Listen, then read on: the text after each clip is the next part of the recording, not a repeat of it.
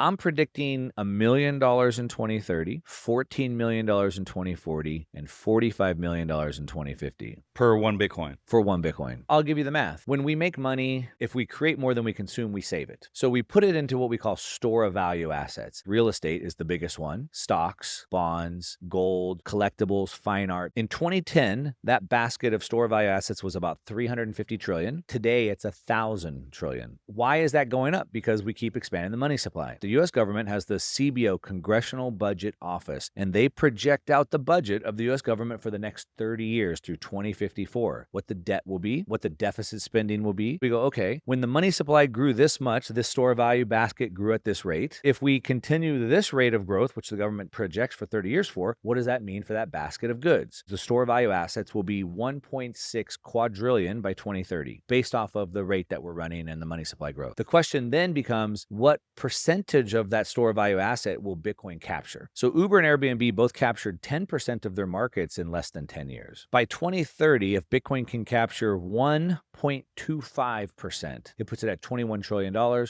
$1 million per Bitcoin.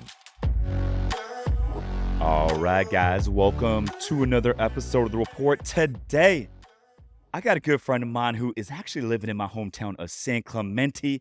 He's a repeat guest, and he is a Bitcoin strategist doing big things in the capital markets in the Bitcoin space. He's actually launching this week, fun fact, launching $1 billion publicly traded company in the Bitcoin space. I got my man, Mark Moss. Mark, welcome back to the show. Yeah, Rich, always a pleasure to be here with you. Excited. Yeah, dude. Appreciate you coming on, man. I got to get up to San Clemente and go check out your studio. And we got to wrap in there sometime, man. Yeah. That is a dope studio you got, dude. I know, and you're coming through all the time. Yeah, I know. Every other week I'm up there, man. Oh, So man. we got to definitely connect and make that happen. But, dude, so much to cover, so much to unpack in this episode. I cannot wait to dig in. But first things first, man. Elon Musk left Doge. Yeah. What the heck is that all about? Yeah, you know, we have the Trump administration that came in, and he has an agenda. The government always has an agenda. Trump wants to make America great again. I call it, he wants to make America investable again. And so you had sort of this new Trump administration, that Elon Musk heading up Doge, which was supposed to find fraud and abuse. And the goal was to cut $1 trillion from spending. Howard Lutnick came in as the head of the Secretary of Commerce. His goal was to balance the budget. And after a couple months of that, they just figured that ain't ever going to happen. Elon Musk quit. And he, upon leaving, realized that the government cannot cut spending. And he said upon leaving that, I guess our only way is to grow our way out of this. And so at the same time, in sort of unison, the whole narrative of Lutnick's balance the budget got dropped. And the Secretary of the Treasury, Scott Bessent, said we have to grow our way out of this. And so I think it's super important for us to understand, because we're all trying to navigate the future so we can make, purchase decisions, investment decisions for ourselves. And so we have to understand this political climate, because the government has this agenda. So what does growing our way out of that mean? Well, we have debt to GDP. It's a ratio. So we have debt to GDP. So some people think we have to pay the debt off to get our debt to GDP down. We're over 100% debt to GDP. So what does that mean? Per Hirschman reports, no nation that's gone above 120% debt to GDP has ever survived, except for one, and that's Japan, who's And still there. we're above 100, but below 120. We were at a 120. We're a little bit below that right now. So that's like a dangerous level for us. We want to get it down to 70% debt to GDP, or 80. And what needs to be true in order for us to get down to 70? So that's the thing, right? So there's two levers to pull. One, pay the debt down, or two, grow the GDP. So that's the growing our way out of it. So what do we have to do to grow our way out of it? Well, that's repealing all the red tape, getting rid of all the regulations, allowing business to start building again. Number one, we have $8 trillion have been committed to be invested into the United States to build this. But it also means letting inflation run really, really hot. So a lot of people don't want to hear this. So when inflation runs hot, meaning the cost of goods goes up, that increases GDP. So we can increase the GDP just by having prices go up without even creating any more economic goods. And so that's the growing our way out of this that people have to understand. So number one, it means the economy is going to be on fire. Number two, it means that there's going to be a lot of money sloshing around. Number three, it means the prices of everything is going to go up. Yeah. Well, I mean, when I think about the money supply, it's like, okay, let's not forget, and I talk about this all the time when I talk real estate investing, and I talk, having a longer term time horizon, right? I don't know what's going to happen in the short term. We were all speculating, right? But I can, when I look at a 10-year time horizon when we buy real estate, I'm like, man, guys, let's not forget the federal government has printed 80% of the money supply since 2020. And a lot of that money is on the sidelines because of the high rate environment. You can get, you can invest in government bonds. You can get 4.5% risk-free in a CD right now. So a lot of that money is on the sidelines. But to me, when I think about what you're saying right now, and we need to let inflation run, we need to, increase GDP.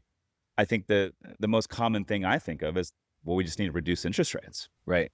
And that's coming. I want And, to and go. why has it not come? I mean, we're looking at 40 months now. And if you would have told me this 40 months ago, that we would have doubled interest rates for 40 months and a lot of the real estate, at least the major markets, would be relatively untouched. We're seeing some discounts out there in the marketplace, 10, 20%, but nothing crazy. I think that's a sign of how strong the fundamentals are behind real estate. But what needs to happen to lower this interest rate environment? Well, there's two things that need to happen. So number one, we have the Fed headed by Jerome Powell. And so Jerome Powell says, look, we're supposed to be independent. Our goal is to keep employment full and inflation low. And if we lower rates, so what happens is this iPhone, whatever, it's like $1,400.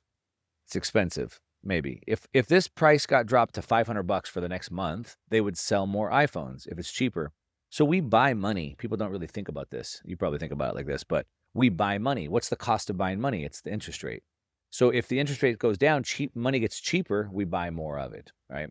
And so what happens is if they lower the interest rate, money gets cheaper, people buy more of it, and that's going to put more money into the system, which then pushes inflation up. But the Fed is supposed to keep inflation down, and they want to keep employment full. So unemployment rate is very low, historically really, really low. So that's doing really well. And he's holding inflation at bay. So Jerome Powell's like, we're doing our job.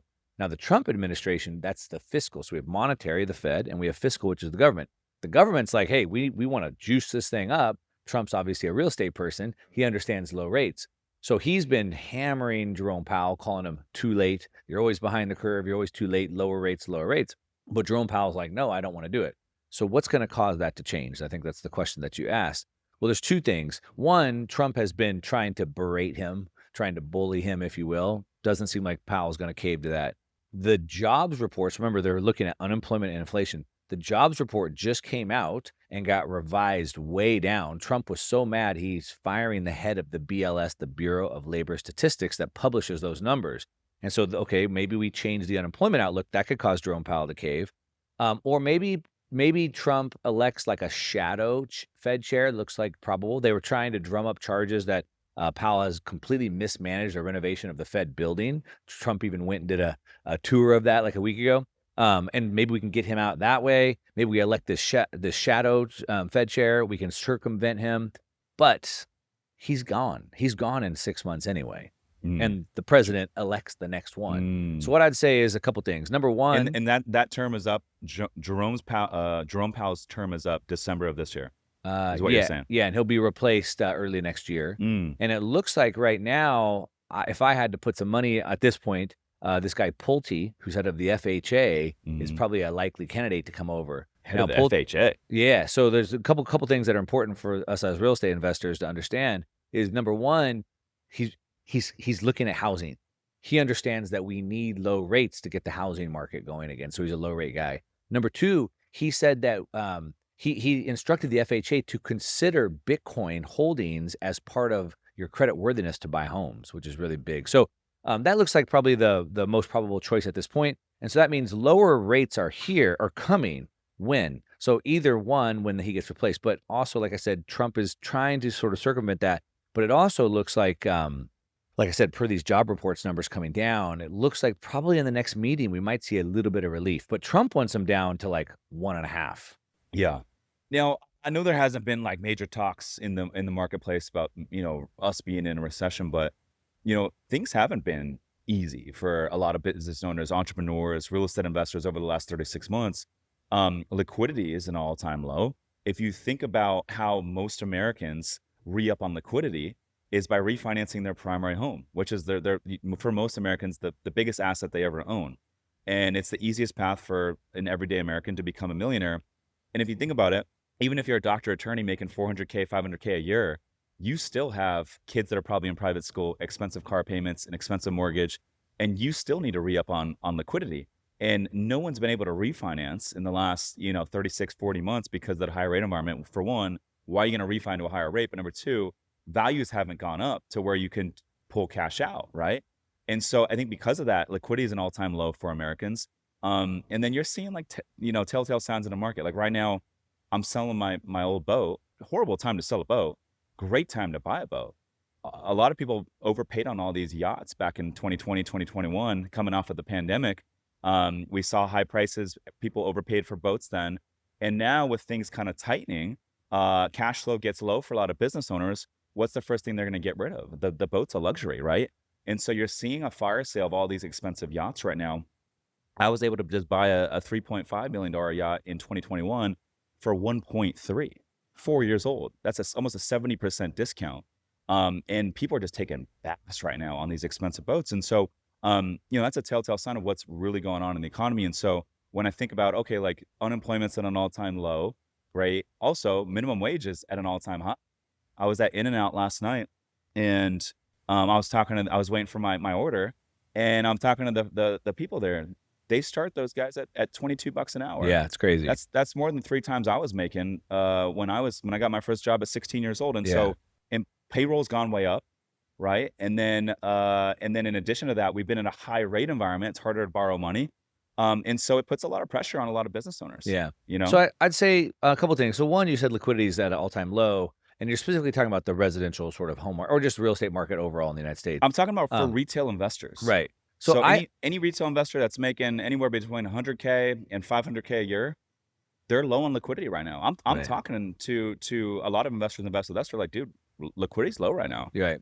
So I love to look at liquidity, but I look at global liquidity. Okay. Because global liquidity is the amount of money in the system. And it's not just the amount of money, it's the availability to add more money because of credit, which is a bigger conversation. We can side hold that, but a lot of people don't really understand this, but we're in a debt-based monetary system. So what that means is that money is created through debt issuance. And so when money is created through debt issuance, the dollar becomes the liability. The debt is the actual asset there. And so if you understand the mechanics of that, the money supply always has to grow. But let's sidebar that for a minute. So I want to look at the total amount of money in the system as well as the availability of credit to create more money.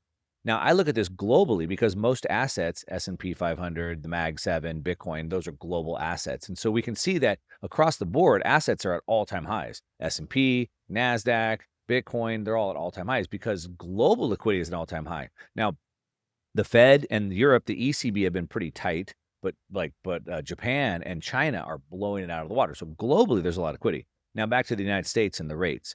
So there's a couple things that are true about that. So number one, to your point, nobody wants to sell or refinance because rates are super high. So there's two things that are in the works right now. You've been seeing they're floating, removing the capital gains tax on houses. So that's part of the plan to remove the capital gains is so that they can unlock this logjam in the real estate market. So if I'm an old person, right, my family's moved on, I'm in this big house, I don't want to sell because I have this big cap gains expense, and I don't want to 1031 into another building. So if they remove the cap gains tax, hey, I'll sell the home, I'll move on to a different home. So that's number one. And then number two, the rates are coming down. I would say while that is there to, and by the way, your boat's beautiful. I saw pictures of it. Oh, thank you, my man. Good job on that. Good job on that. We'll have to get you out there sometime and shoot. Maybe we should have done this podcast on the boat, man. But what I want to say though is for people that are looking ahead, hopefully you mentioned like 5-year, 10-year timeframes. People that are looking ahead, rates are coming down. Within the next 6 months, they're going to be slashed drastically. And so if I'm a multifamily investor. Hold on. When you say that, 6 months from now, they're going to be slashed drastically. Yeah. What kind of when you say drastic, Trump wants what them does down, that mean Trump wants them down 3 points. Are we talking 50 basis points, 75 basis points? Well, I mean, in 6 months. Trump wants them down 3.5 points. So he wants them down to 1.5%. In what kind of time horizon? Yeah, I mean, we'll have to get the new Fed chair and what the new dot plot is. But I would imagine probably by the end of next year. By the end of next year, probably we're at that range. So what does that mean? Well, that means that that's a bold prediction. I might want to buy this multifamily property now that's run on a CapEx or cap rate, I should say. Or a house, knowing that in a year from now, I could refinance it and the valuation is going to go way up. And so we can use this to our advantage if we understand sort of where we're at. So to your point, liquidity is low. Liquidity isn't low. The banks are lending. The problem is the rates are high. And so it's hard to make deals work. And we're in the trenches every single day. And so I forget that it's not supposed to be easier right now. Right. I forget that because we're in here building it and we've figured out a way to continue growing. We're playing offense, but you just got to take what the defense is giving you, right? And so it's like, okay, we're in a higher rate environment, but On the flip side, when we're in a low rate environment, there's a ton of buyer demand. It's hard to find deals. Right. I was like, well, right now we can find deals. And as long as we stay, obviously disciplined with our buy box, buying a great location, we can never replace location. We got to be able to buy below market value, and we have to have a clear path to add value. If we have those three things, as long as we have a long time horizon, it's hard to lose. Yeah. And there's a market equilibrium. So back to your boat, right? So you bought this boat for 70% off of what it was a couple years ago, but to sell the boat you have now, you're also taking a discount. So it's like my boat isn't worth as much, but I can buy a new boat that's not worth as much either. My house is at an all-time high, but when I sell my house at an all-time high, I have to buy another house at an all-time high. So there's always like this equilibrium. The market's pretty efficient in that manner. So it's like the arbitrage would be the time. Sell at an all-time high or sell now and then buy a year later, right? And so we can arbitrage time, but currently the market's pretty efficient in that manner. So the market still works. Yeah, and I think when I think about what you're alluding to with the rate environment, I really feel like the opportunity for those listening to this podcast right now that are looking to get into a deal, looking to play a little bit of offense. I think there's a good opportunity in the next 6 months, because if you're saying is true and actually plays out, and we do see significantly lower interest rates 6 months from now, and especially 18 months from now, well, guess what? A lot of these buyers that are on the sideline are always going to be right in the playing field. And you want to front run that. Yeah. You want to get to where the puck is going to be, right? So like knowing, okay, in a year from now, the rate's going to be way lower. I might want to move into position on this real estate deal within the next 6 months. And I know that I'm going to have to cover that payment for the next 6 months, but I anticipate rates coming down, which will push the valuation of that building up. And so I want to do that now. If I wait a year from now, then I'm going to be buying into that rush in the market. The market's going to be tight. There's not going to be any good deals out there. Yeah, absolutely.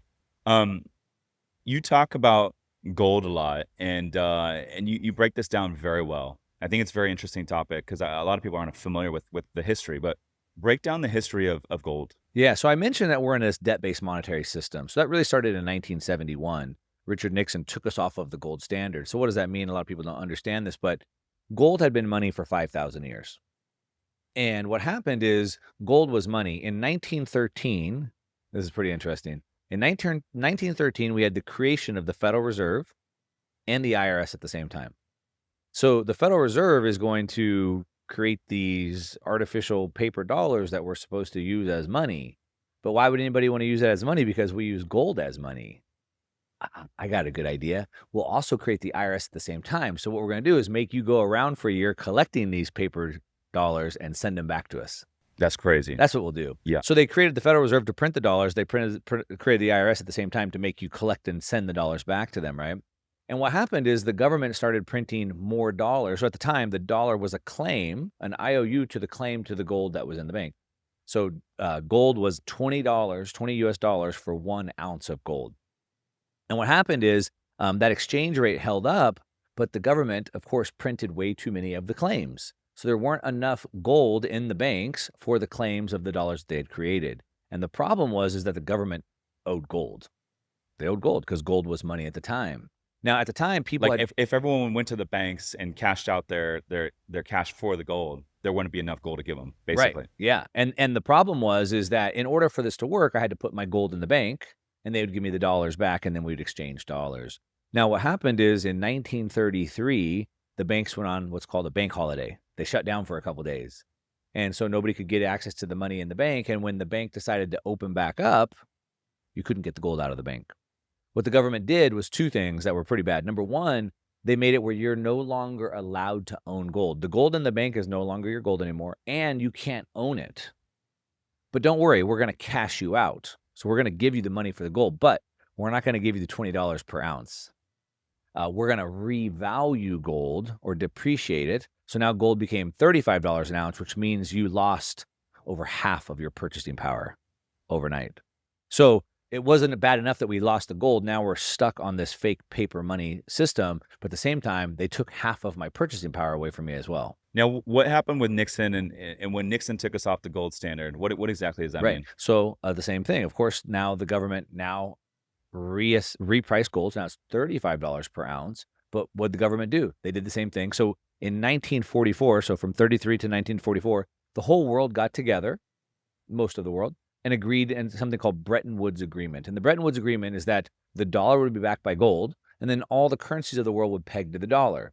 So that system worked, a Bretton Woods agreement worked for a few decades, but of course the government did what the governments do, which is they printed way too many dollars. And the rest of the world started realizing this. And they're like, the rest of the world's like, hey, wait, hang on. We don't want these paper dollars. We'll take the gold. And so each nation started redeeming the paper dollars for the gold until the US was running out of gold. France sent over their warships to the United States to collect the gold.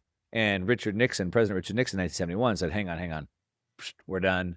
We're no longer going to give you gold for the dollars. So they basically defaulted on the debt that they had.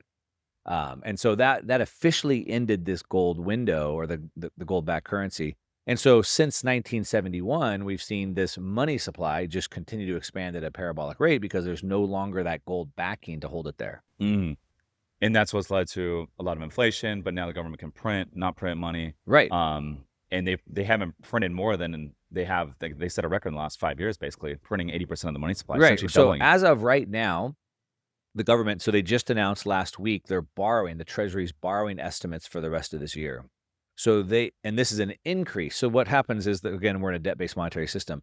The government is spending more than they bring in tax receipts, right? So income taxes, capital gains taxes, et cetera. So the government is spending about $2 trillion more than what they're bringing in. And every quarter they have to give what their borrowing estimate is, and then they revise it. So the borrowing estimates went up. Now they're borrowing $1 trillion more for next quarter and $600 billion for the next quarter. So they're continuing to borrow more and more and more and spend more and more and more. We're in what's called fiscal dominance. And so what's happening is the U.S. government is spending so much money, and all the governments of the world are doing this. They're spending so much money, it's driving the economy. And so, when you look back to the Great Depression, the crash in 44 or 71, or the 2000.com or the 2008 Great Financial Crash, each one of those was the system got over levered because of the debt that they created. And then things started deleveraging, right? People started defaulting on the debt and the whole system starts imploding. And the government would sort of like allow that natural deleveraging to happen. And then it would sort of kind of cleanse itself and we could grow again. They tried to do that in 2008. And it didn't work. The system had become too levered up. So if we go back to 2008, we know, you're a real estate guy, housing, specifically housing, manufacturing, jobs in the housing sector really are an indicator of how well the economy is doing. So we saw housing starts collapse by 28% in 2006. But it took about 3 years before we got the bailout to happen. Then we saw Bear Stearns, the bank collapse, which was sort of known as the trigger that sort of got the entire banking system to collapse. From the time Bear Stearns collapsed, it took 7 months to get a bailout in place. Now, if we remember those timeframes and we fast forward to where we're at today, so they tried to allow the system to delever, they couldn't. Now, if I look at the pricing history of real estate in like most markets, 06 to 07, 07 was higher than 06, and then 08 was when this big crash was happening. So when you said 06, it went down. Yeah. Where are you seeing that? The housing starts. So remember, right? A decrease in housing starts. First we pull permits. Yeah. Right. So we can sort of see like the rat going through the snake, right? First we have to get the permits, then we have to get the financing, right? So the housing started collapsing. So we knew in the future there's going to be less houses, right? We knew the market was going to collapse. And so the point is that the government finally did a $700 billion. It's crazy. Back then it was such a big number. Today it's like laughable how small it is. $700 billion to bail out the system. But let's fast forward to today. So in 2023, we saw 3 banks collapse, and the government bailed it out in 6 days. So there's zero appetite. We understand the system cannot deleverage anymore. And so when you understand that the government has no appetite to allow the system to deleverage, it can't because it's a debt-based system and the leverage is so high. We also understand that the government is spending $2 trillion more than they're bringing in, so they're driving the market. So when you understand it from that perspective, then you would realize that the only way we get a recession and crash now is by policy choice. We have to choose to not continue to spend and print the money. But when they just tried that with the Trump administration, they quickly found out that they can't, which is where we started, which is it's not going to happen. The only way we can get our way out of this is to grow our way out. So instead of trying to allow the system to deleverage, it's a reverse crash. A reverse crash. So when people think of a crash, they think of asset prices cutting in half, right? Businesses going under. What we're seeing is a reverse crash. And what is a reverse crash? So if we think about a crash back to 2008, my retirement account cut in half, my home price cut in half. In California, 60% in some of these markets, right? So my entire retirement got cut in half. My business went under, or my business doesn't make as much as it used to. I took a lower paying job. So basically, the outcome is that my standard of living went down, right? I don't have the money I used to have. I don't make the money I used to have, so I have to buy less now. A reverse crash is the same outcome, but different. So a reverse crash is that prices go up so fast. So my retirement account grows, my home valuation goes up. I make more money, but the prices of things went up even faster. So my money still buys me less. I can still afford less vacations, less new cars. So the outcome is the same. My standard of living goes down, but the difference is instead of prices going down, prices go up. That's interesting. So in '08, they did a little bit of quantitative easing. Right. What is quantitative easing? What is it? Yeah, so easing. So quantitative easing, or QE as we call it. So basically the Federal Reserve runs monetary policy, and the government runs fiscal policy. So the government created the Fed under monetary policy gave the banks more reserves. So they printed money to add to the capital base so the banks could then lend more money off of that capital they had. And a lot of mainstream financial analysts will tell you that was not inflationary because most of the money stayed at the banks. It Yeah. never got to Main Street where you and I were spending it on things. I think that's wrong because we saw stocks and homes go back up to new all-time highs. But that's not inflation. That's asset appreciation. I'm a consumer. If I buy a home, my prices went up, right? So I think I don't like how these mainstream economists kind of split hairs. I call them factually correct but intellectually dishonest. But that money stayed in the bank, but this is an important piece to understand. So right now, the banks are holding about $3.3 trillion of what we call sterilized reserves. So that means the bank are holding this $3.3 trillion and they're sterilized, meaning they can't use that to create more money off of. And the Fed is paying them to hold that money. Why is that? So it's called IOR, interest on reserves, because they don't want the money to get out to the street. Because if $3.3 trillion hits the street, we're going to see prices and inflation rage to a level we've never seen. I mean, just go back to 2020. In 2020, the government printed over $1 trillion of stimmy and sent it out as stimulus so people would go spend. And look what they did to prices. We're talking $3.3 trillion. So if that money gets out to the street, it's going to create massive inflation. But this is the piece we need to understand. The Trump administration has a plan to unlock that capital, and I think that $3.3 trillion is going to hit the street. And talk about that plan. Like what would that look like, pushing the 3.3 out in the streets, and how quickly would that take? So what's happened is the Trump administration came in fast and furious with a whole bunch of stuff, and there's been a lot of executive orders that they've done, but specifically there's 3 executive orders we want to look at.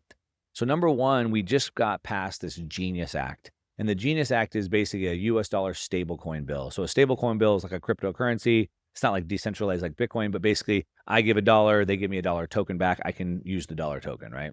So they passed this Genius Act, and there's a couple reasons why they did this. The digital asset bill, this one called the Clarity Act. And what they want is they realize that like Tether is the largest stablecoin producer, and Circle is the second largest one. And there's between the entire ecosystem, there's about $250 billion of US dollar stablecoins. Well, the stablecoin, when they receive the dollar, what do they do with the dollar? Well, they're buying US treasuries. So the government has a problem. Scott Bessent, who's the head of the Treasury, his job is to sell treasuries. But when the government keeps printing more and more money, why does anybody want to buy the treasuries?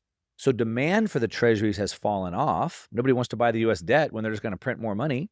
You're going to give me 4%, but then you're going to print 10% more money? Yeah. Like, what does that do me? It's negative arbitrage. So negative arbitrage. So the demand for US treasuries is going down. Meanwhile, currencies around the world are blowing up. Lebanon, Turkey, Argentina, Venezuela, they're facing double and triple digit inflation. So those people in those countries, they got to get out of those currencies. They want to get into the dollar, but the governments don't want to let them. So they do capital control laws, which keeps the people stuck in the local currencies, the Argentine peso, the bolivar, whatever. But they want dollars. So what the Trump administration's plan is to get US dollar stablecoins around the world, because now people can move into this digital US dollar token. But then all that money that comes in the dollar now buys US treasuries. But here's where the 3.3 trillion comes into play. So per the new bill that just got through, it was just in the last week or two, got passed, the Genius Act. It basically allows all banks to now go create stablecoins. So now JP Morgan, they're all announcing that they're going to create their own stablecoins. and they have this money, the $3.3 trillion sitting there, they can create stable coins off of. It technically still stays in the bank. Technically, they could probably still make the interest reserves from the Fed because it still stays there, but now they can put the stablecoin token out into the street. Mm. And it'll increase the money supply, just like Stimmy did, Sure. and get people to start spending money again. Dude, that's interesting, man. So I got a question. So with the banking system, I always hear, oh, like when you deposit $100, they're gonna lend out that $100 10x. Talk about what exactly is that? Yeah, so that's what we call fractional reserve banking. So if you give them $10, they can take 9 of it and go lend it back out. But then when they lend it back out, where does that money go? Well, someone bought a car, house, whatever, and that money goes back in the bank. And now they can take 9 of those dollars and make more. And then where does that money go? Well, it goes back in the bank, and then they loan more. But really, we're in a system now with no reserves. So we had that before. Now we basically just create as much money as we want. And so really, it really comes down to the demand. So number one, the banks think about the risk because they don't want to lose the money, obviously, number one. So what's the risk in the environment? And then number two, what's the demand? So the demand for money goes up and down. As you said earlier, the liquidity is low right now. Rates are high. People don't want to buy money when it's expensive. And so really that fractional reserve banking is sort of antiquated at this point. They just create as much money as they want. So it's kind of archaic now. It's a little bit archaic. It's not exactly how the system works anymore. Yeah. Now, there are reserve requirements. So the Fed does have reserve requirements and the Treasury as well. So that's another thing that Trump is trying to do to get around the Fed is they can change the reserve requirements. They can just tell the banks, hey, you don't need to hold any money on your books. Just lend it all out. Not that they'd probably do that, but there are reserve requirements, just not quite like it used to be. Yeah, absolutely. So we know the Trump administration has been buying a lot of Bitcoin. You mentioned before we started recording, they've been doing this for the last 12 months, but specifically bought a big chunk. The Trump administration bought a big chunk of Bitcoin 2 weeks ago. Break that down. Yeah, so I think this is super important, and everybody needs to be paying attention to this right now. And what I'm talking about specifically is the Trump's administration's not just view on Bitcoin, but their participation in it. So the Trump administration is more than just Trump. So we have Howard Lutnick, who is the head of he's the Secretary of Commerce. Now, he is from a company called Cantor Fitzgerald, which is OG heavyweight Wall Street. He had I think the top 6 floors in the World Trade Center when it blew up. I mean, they run New York Wall Street. Now, his firm, before Trump won and before he became part of the administration, his firm, Cantor Fitzgerald, opened up a $2 billion Bitcoin credit line for institutions. That was a pretty big splash. Then his firm took a majority interest, controlling interest in MicroStrategy, which is the largest public traded Bitcoin sort of proxy. Then they bought into Tether, which is the largest stablecoin company. So the Cantor Fitzgerald, Howard Lutnick's company, Cantor Fitzgerald, is buying into the biggest part of the Bitcoin ecosystem. Then he joins the Trump administration and now becomes Secretary of Commerce, and he's heading up the Strategic Bitcoin Reserve and the Sovereign Wealth Fund, which are both buying Bitcoin. Now, he sort of had to remove himself out of the private market because he's working for the Trump administration. So his son now is running different versions of Cantor Fitzgerald, Cantor Equity Partners, for example, CEP. And now he's placed almost $10 billion with Bitcoin public companies now. He partnered with Jack Mallers to do one called CEP, which is partnered with Strike. He just launched another one just a few weeks ago with Adam Back, who's Mr. OG Bitcoiner. They launched a 30,000 Bitcoin fund. So the administration is still making moves a little bit removed. But then Trump's sons have been investing heavily into Bitcoin companies, a new Bitcoin mining company with Hut 8. And now Trump himself, when I say himself, DJT Media, Trump Media, which he owns controlling interest of over half of the company, just purchased $2 billion worth of Bitcoin like 2 weeks ago. So, Trump has this history, a track record of sort of telling the market what's about to come and even front running them. So the first quarter of this year, the markets were sort of selling off, all this fear of tariffs. It's going to wreck the market. No one's going to do business with the world. So the markets had sold off. Talk about the for this year, 2025 thus far, like just high level.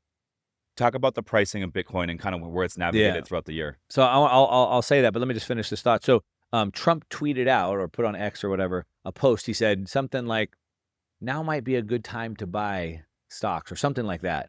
And the next day, with the next couple of days, we got announcements that trade deals were reached between some of the big countries like China. And since then, the markets took off. So he sort of like tells people like, hey, What's going you on? might Yeah. want to be buying. Like now is probably going to be a pretty good time. And so when he goes out and buys $2 billion worth of Bitcoin, we should be paying attention to that. Yeah. So if we look at the price action of Bitcoin this year, it sells off with most markets. It's more sensitive to liquidity than most other assets, which is why I told you earlier I look at the global liquidity.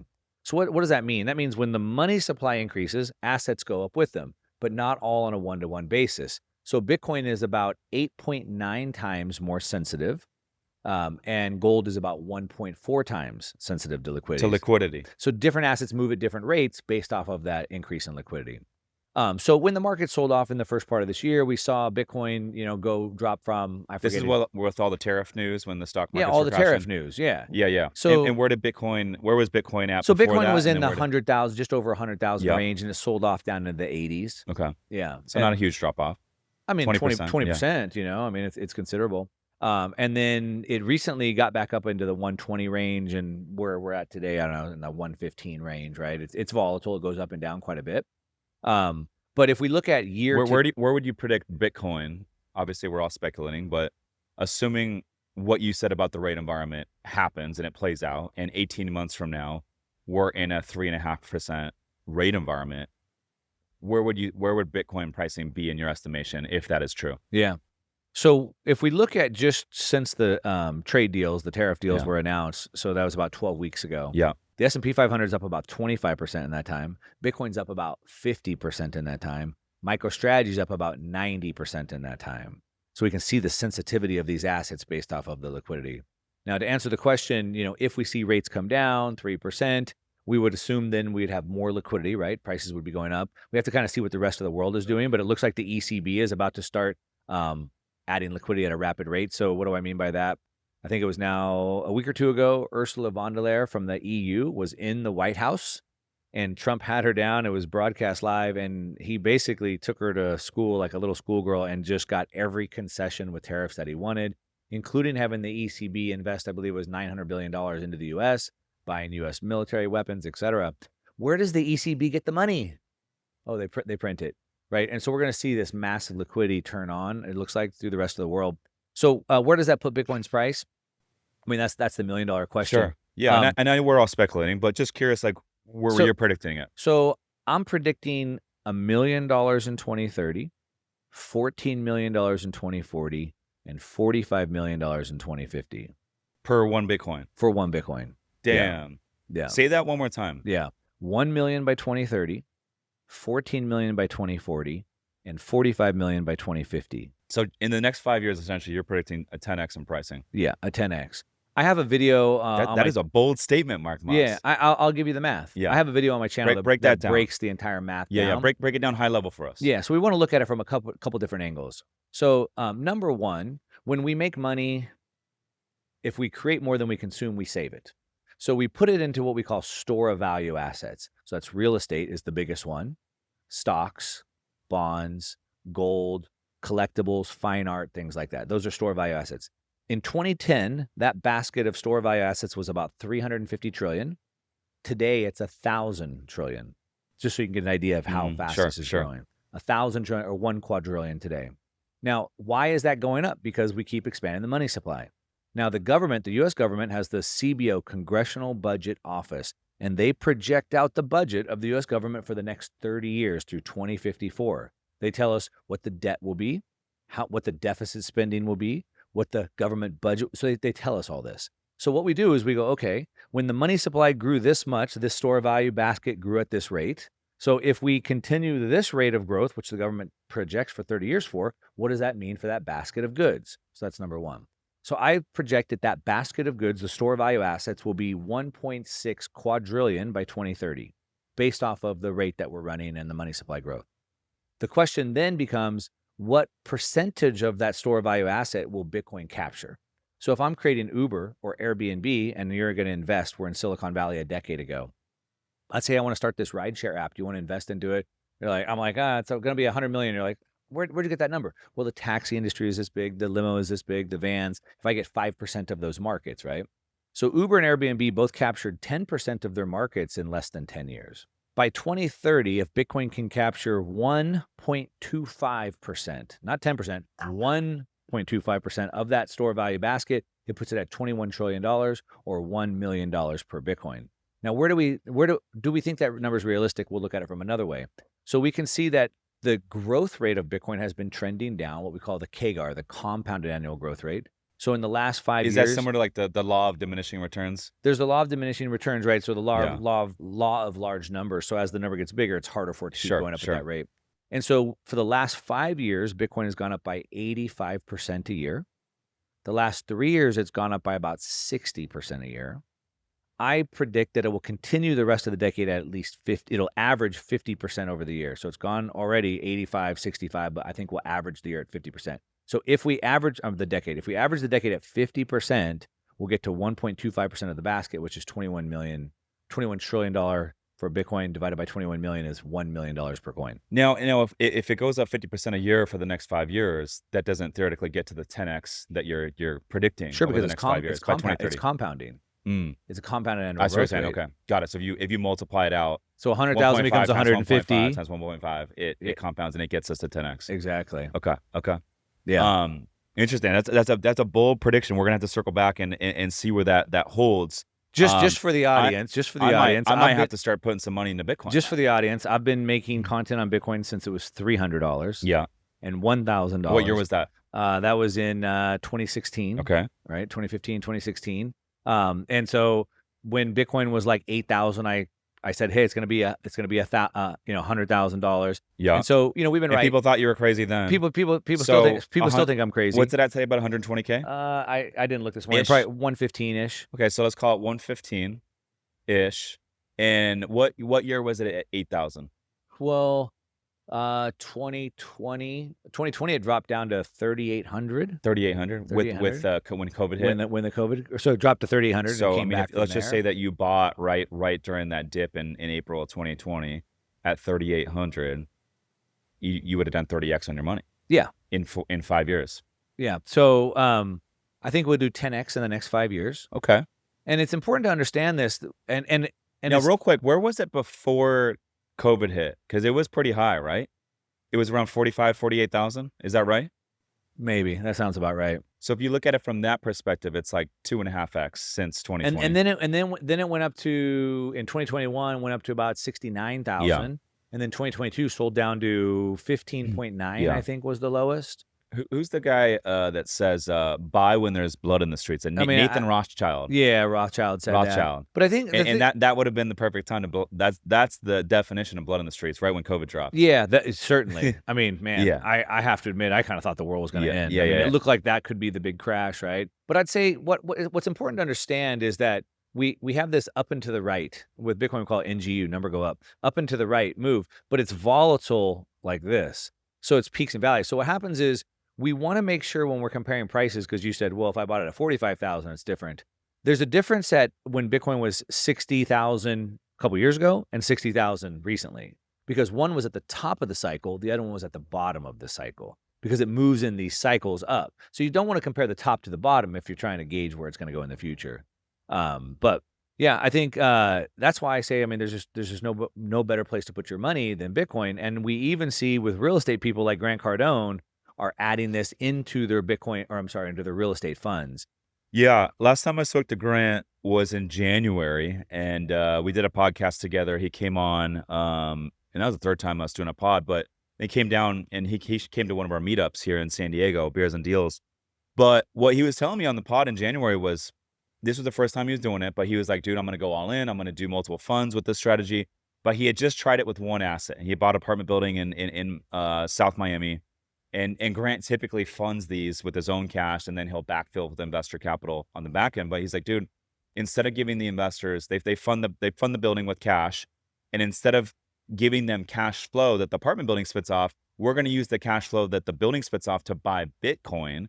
And then if Bitcoin does half of what people are predicting it's going to do over the next 10 years, he's like, we're just going to sell that Bitcoin. It's going to like completely juice the returns.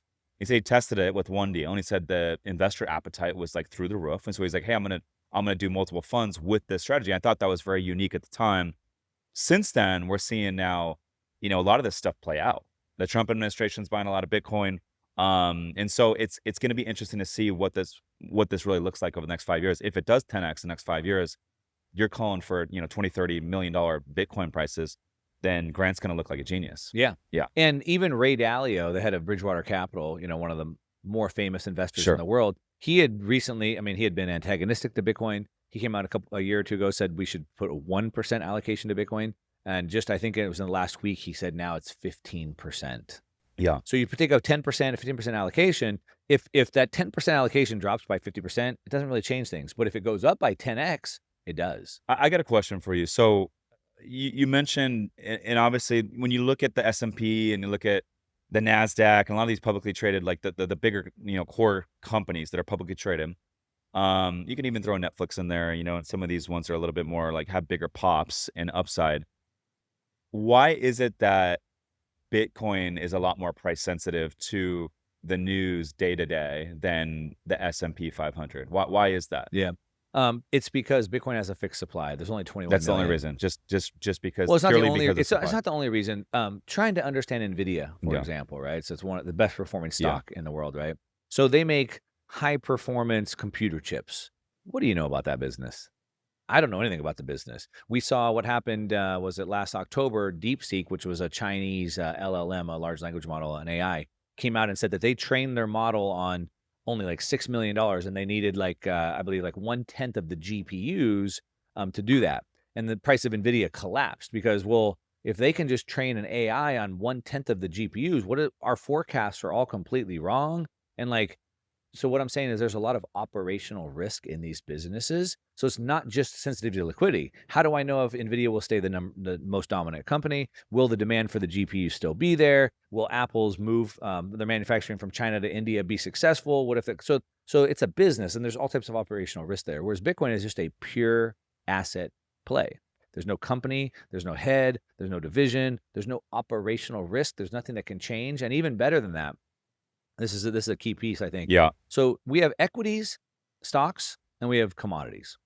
Okay. Right? A commodity is wheat, copper, oil, gold, or Bitcoin. It's something that anybody in the world can get: wheat, copper, gold, or Bitcoin.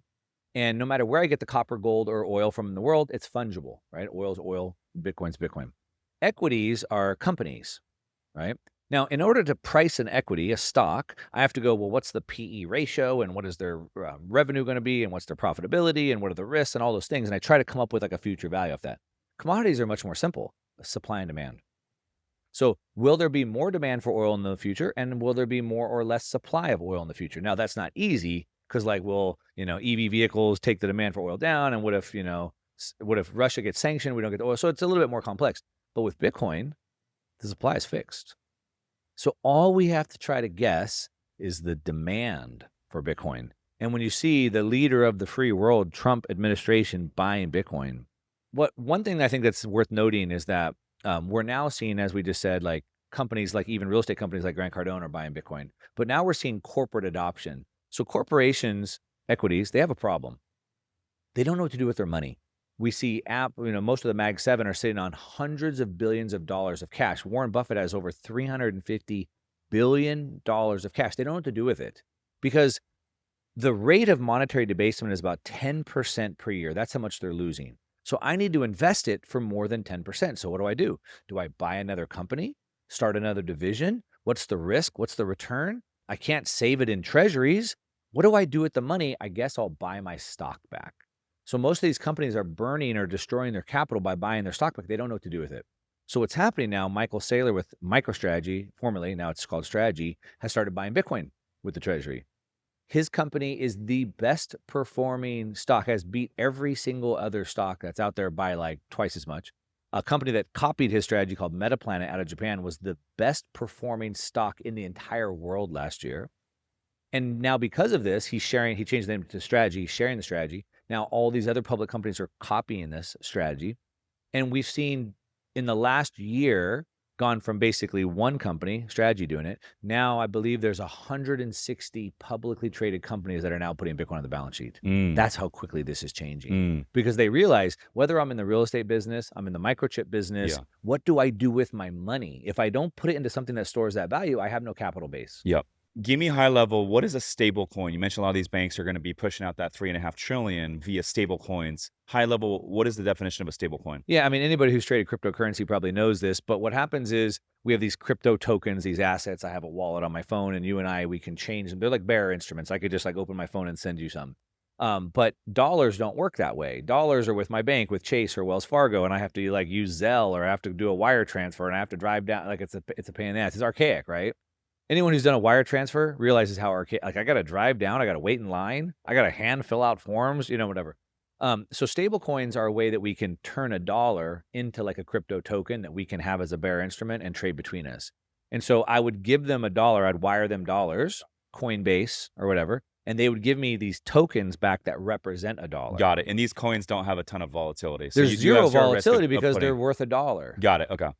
And this is a good point. They're stable to the US dollar. The dollar's not Yeah. stable, Right. but they're stable they're always worth $1. Right. It's not going to be sensitive to, the tariff news and then, hey, Right. this is now going down 25%. And it's a perfect complement to Bitcoin because Bitcoin is volatile. Sure. So if I was, somebody who didn't have a lot of savings, I wouldn't want to put all my money into Bitcoin because if I want to go buy food or pay my rent next month and the price of Bitcoin went from 120 to 115, I can't buy as much food. So that's bad. So I could use the stable coins or dollars for short-term money, maybe 1 to 3 month money, depending on how much money I'm making. And then I can use the Bitcoin for savings for longer term money. Yep. I like that. Okay. So we talked about the rate environment. We talked about some of the inflation. How is that going to tie into gas prices here in the U.S.? Yeah, well, I think there's a couple things. So this is a little bit of a contrarian take. Yeah, let's hear it. We love contrarian takes on this podcast, man. Let's hear it. I think that the Trump administration wants Bitcoin and gold to go up way higher and faster than most people can even fathom. Why is that? And that's contrarian because most people think the government hates Bitcoin, wants to stop Bitcoin, but I think they want to go up higher. Why? The reason why is something called the Cantillon effect. And basically what happens is as we print more money, the U.S. has to keep printing more money because we're the reserve currency of the world. We want to send money out to the world. We also want to get GDP to grow. The problem is that creates inflation. People, the individuals, the citizens, they don't like that. They start to grumble. So the balance is how do we get the money to the system to grow, but without causing massive inflation, without pricing out the millennials out of the homes? They can't buy stocks. Everyone's mad at the boomers and all these types of things. Well, remember I said Bitcoin is the most sensitive to liquidity. So if Bitcoin becomes a liquidity sponge and soaks up the majority of that liquidity, we could see Bitcoin go up by 10x and real estate only go up by 10 or 15, or the S&P 500 go up by 10 or 15, and it could hold prices down. So a lot of times people think, well, if Bitcoin's $1 million, well, how much is a gallon of gas? It doesn't mean a gallon of gas goes up at all, right? We saw Uber and Airbnb pull value from their markets, but it didn't end taxis or hotels. And so if Bitcoin acts as this sensitive liquidity sponge, which it is, and it soaks up the majority of that, sure, other assets, real estate, S&P 500, they'll still go up for sure, but maybe not as much as they would normally, because what we see is people go, why would I buy the Mag 7 and the S&P 500 when it's just keeping up with inflation? I should buy Bitcoin instead. And maybe not all of the money, but maybe 20% of it or 30% of it. Maybe real estate people like Grant Cardone are like, instead of putting it all in real estate, why don't I put 10 or 20% into some Bitcoin as well? And so it sucks some of that liquidity away. And so I think this is why they want Bitcoin to go up so much faster. So that goes up. They make a lot of money because they've deployed $10 billion into it. But it keeps the prices down so we get the growth we need without people being unhappy because they're being priced out of everything. So big picture, where do you see gas prices, in 2030? Because if what you're saying is true, rate environment goes back to 3.5%, and Bitcoin now becomes $1 million a coin. Where are gas prices going to land? Gas prices is tricky because there's a lot of supply and demand factors. Yeah. I would say in the U.S., gas prices, maybe not California, but the rest of the U.S., gas prices will be down. And the reason why I say that is because one of the things, as I started out earlier, slightly down or significantly down? I think probably, I would say significantly down. Okay. And the reason why I would say that. So half off, potentially. Oh, I don't know about half 30% off. Maybe 20, 30% off. Okay, that's and pretty the reason why I say that is back to supply and demand. So we understand under the Biden administration, the supply got restricted because he cut off all the drilling permits for oil, so we had no oil. He was punishing all the refineries, so we couldn't get as much gas production being made, whereas Trump's doing the opposite. So he's unleashing the energy, drill, baby, drill, getting more oil, getting more supply into the market, and that increase in supply will bring the prices back down. And I say not California because Governor Newsom here in California is sort of doing the opposite. Yeah. We all love Governor Newsom. Yeah. Oscar's over here laughing. But additionally to what you mentioned, supply of gas goes up, but also you could argue come 2030, the demand for gas goes down simply by the fact that there's so many more electric vehicles being produced and less. And I mean, you're even seeing, supercar companies, manufacturers, Lamborghini, Ferrari, even McLaren, they're all going to this hybrid electric model with their supercars. Actually has faster 0 to 60 times, and they're not relying on the gas. And so you could argue less demand, more supply would also push pricing down. Would you agree with that? You could argue that, but I would argue that EVs are dead. Really? Yeah. Why do you say that? I know that, and the reason why I know that is because there was two main driving factors of EVs. Number one, it was government mandates. So not just the United States, not just California, not just the United States, but the UK, most of the NATO, if you will, the West, had mandates. So if you remember, by 2030, there was supposed to be a certain percentage of EV vehicles on the road, depending on the countries. Trucks were supposed to be EV. All that's gone. Every nation has dropped that. That's done. Number two, so we know the driving force of governments pushing it, that's all ended. Number two, is that tied in with what's going on with the solar roofing industry right now? The solar roofing industry is part of what Trump is doing, is removing a lot of those subsidies that was going on in the industry. Sure, and so that was what was stimulating a lot of the growth, It was stimulating a lot of the growth. So the EV mandates that were pushing the manufacturers into this are dead. We know that the Ford and GM, et cetera, they lose their ass on EVs. So if you look at their product line, like the F-150 makes all the profit, and then on their electric cars, they're losing money, but the government was forcing them to make those. Okay, so the government removed those mandates. Number two, the big manufacturers were creating new plants. So they have to ramp up for EVs. So they're going to build this new plant in 7 years from now in North Carolina or whatever. We're going to increase our this will be an EV plant, right? Mm-hmm. All those plants have been canceled. So now those plants are canceled. They're not going to build the plants, which means they're not going to build the cars. So I'm not saying they're going to go away. I'm not saying that Lamborghini or whatever. It's just without the government stimulus. Well, it's not just the stimulus, the mandate. Yeah, because the buyers were getting tax credits as well, right? Right. So they were getting tax credits, and the car manufacturers were losing money, and the buyers were paying more money for a worse car. I mean, a Tesla. Will Tesla die? No, with this. I don't think Tesla dies. No, I don't think Tesla dies. I'm not saying they'll go away completely, but the demand for that is gone. It doesn't make any sense.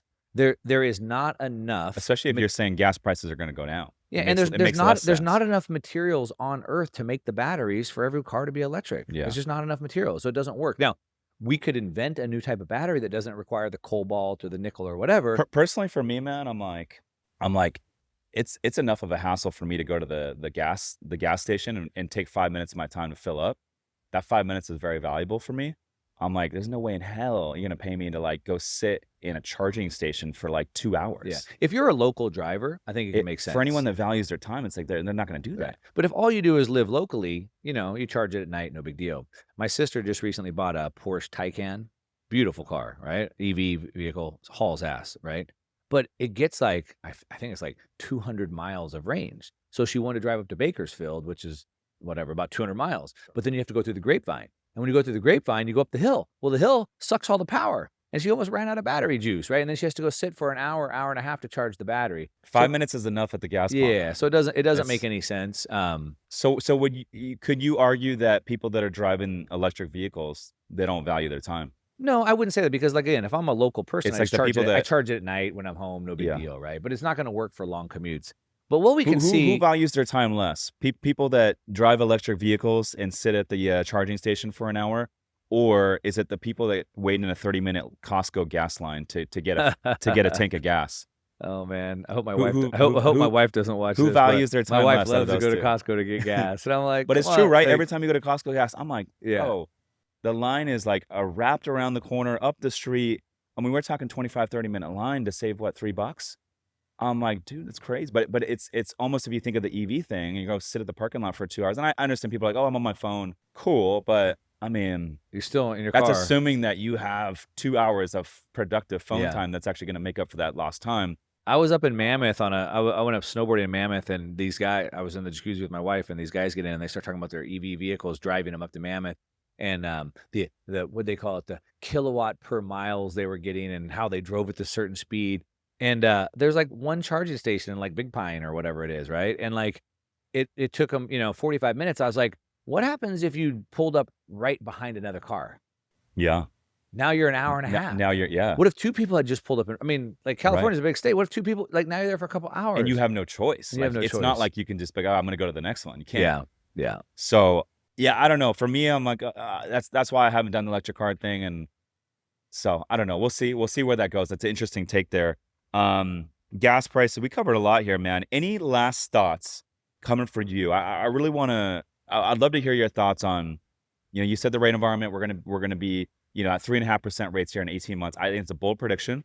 But with Jerome Powell leaving office in 6 months, it sounds like that is a possibility there. I know a lot of real estate investors. I know us specifically. I mean, we've priced in expensive rates in terms of our underwriting just to be conservative. If that does happen, I mean, well, we know what the real estate market's gonna heat. We know up. what Trump wants. Yeah. He stated it. He wants him down 3.5 points. That's what he wants. Sure. So we know that. We know that. But him saying that and actually happening is two different We know things. he's also used to getting his way. Yeah. Pretty much everything he said he would do when he took office has been done. He's got a pretty good track record of following through on what he said. He's aggressively moving to replace Powell. So I think he's going to get it. Over what time frame is the question, but I think it's going to happen. And I think everyone needs to be prepared for that, both with their investments and just like their long-term thinking, which is why I think everyone should be thinking about Bitcoin. Yeah. So it sounds like, I mean, for someone listening to this and they're like, okay, well, digesting our conversation today, where should they place their money?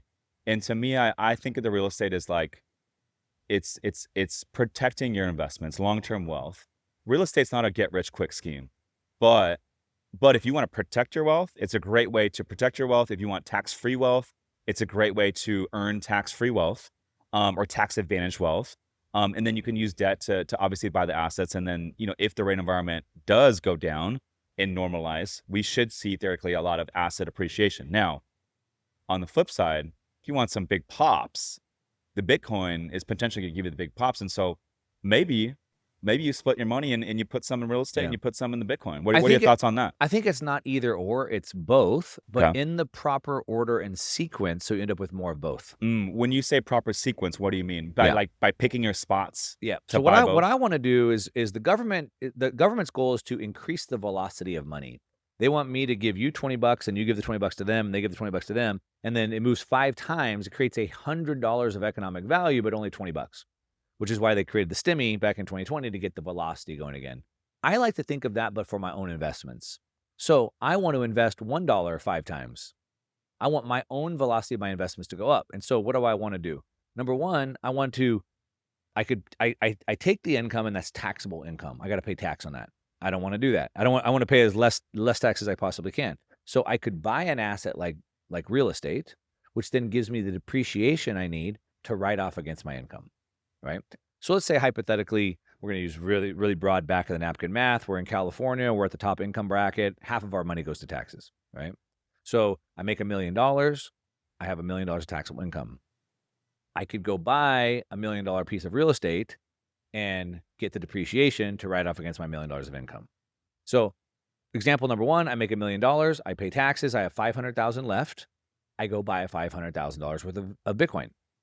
Option two, I take $200,000 of my million and buy $1 million piece of real estate. Maybe it's $1.2 million in San Antonio, Texas, where it's got a really high property value to land ratio. So I take so call it $300,000. I buy a $1.2 million building in San Antonio. I get $1 million of depreciation.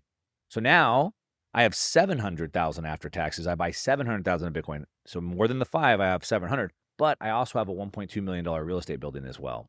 So I've used both in the right order and sequence to end up with more of both assets. Yeah, that's tax-free wealth right there. That is the definition of it. And then Bitcoin goes up in value. So then in another year or two, I borrow against the Bitcoin using debt, because debt is non-taxable. And I use that debt to buy another piece of real estate, which gives me more write-off against my earned income. Now, the one caveat to all this, which I think trumps all this, is, investing is a long-term play, right? Like even when you're talking about Bitcoin, it's like, okay, if you want to see the 10x gains, it's not going to happen overnight. And if you're going into the Bitcoin with a short-term mindset, you're probably going to lose. Sure, because the volatility is high. And same thing with real estate. It's like you go into real estate with a short-term mindset, you're not going to have this big pop. Where people really make money in real estate is buying right in good locations and letting time do its thing, letting inflation do its thing, right? And the most important piece of all this is like both of these paths is a long-term thing. And you and I both know you need active income. And so if you're listening to this right now and you're like, hey, like I don't know where to put my money, and you got 50K right now, 20K to invest, it's like, no. Go fix your active income first. And that's going to be your biggest lever. That's going to be what's going to, finance your lifestyle. That's going to give you the financial freedom. It's going to give you choices, options. I always say your true riches in life are time, health, and freedom. And if you want all three of those things, money is the best way to get it, right? It will purchase all those three things. Now, go fix the active income first. Once you fix that and you have extra income and you're like, damn, I'm making so much money right now, I don't know where to put it. That's where you start buying the Bitcoin. That's where you start parking in real estate. But if you don't have active income right now and you have 30K to your name, don't go buy this stuff. You need to go invest into more skills, and you need to work on your active income. And then once that's up and you have more money than you know what to do with cash flow wise, then you go and park it into stuff. And I think I want to hammer this point because a lot of people, I hear them all the time, like, dude, I got 30K to my name. Where would you park this 30K? I'm like, I wouldn't park it. I would go and reinvest that into learning more skills to fix my active income. Yeah. You see what I'm saying? I couldn't agree with you more. It's a giant misconception that I deal with every single day because I mostly talk about investing. And all these people come into my world and they want to get rich. They want to quit their job and become an investor. And I said, you don't understand how this works. Think of the most famous, well-known investors in the world, Warren Buffett. He just retired at 93 years old. Ray Dalio started the largest hedge fund in the world. They think, well, they're investors. I should do that. Warren Buffett owned a business called Berkshire Hathaway, and he went to that business every day. And that business's job was to buy other businesses and run those and turn those businesses around. Ray Dalio went to a business called Bridgewater Capital and worked in that business every day. And so they think that these are investors and they should go be this full-time investor, but that's not how it works. So I couldn't agree more. You need to be focusing on earning the income and then investing what's left over. And it's really, there's two different types of people in this world. We have creators and we have consumers. And creators create more than they consume, which then gives them savings to invest. Warren Buffett worked, he just retired at 93 years old. He's still chairman of the board, but he stepped down as the CEO at 93. Why? He's worth billions of dollars because that's what creators do. Creators create value. Best way to predict your future is to create it. And then what I would say, you mentioned a couple different things, but I would say, I think most people also get the order wrong where most people are trying to get more money and not realizing that money is a byproduct. Money is not the thing that we go after. Money is a byproduct of the relationships that we have and the skills that we develop.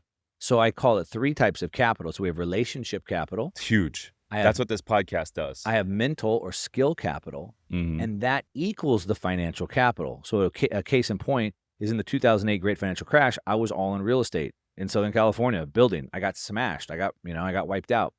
But I still had the relationships and I still had my skills. So it was very easy for me just to go build things back up because I had the people and I had the skills. And so I think to your point, if you have $30,000, go invest into your skills and relationships. Yes. The money will come after that. So good. So good. Mark Moss, I appreciate you coming on, dropping so much game in this one. We're going to have to expedite the release of this episode. Where can the folks get in touch with you if they want to learn more? You got a massive YouTube channel. It's blowing up right now. Almost 1 million subs on YouTube. Where can the folks find you? Yeah, I mean, that's probably the best place. Mark Moss on YouTube. I'm pretty active on Twitter and Instagram as well. Mark Moss on there as well. Mark, I appreciate you coming on, my man. Next time in San Clemente or on the new boat, Let's we're do gonna that. rip it. Let's do We're that. gonna run it. I appreciate you coming on. He's Mark Moss. I'm Rich Summers listeners. Thanks for tuning in. We'll see you guys in the next one. Peace.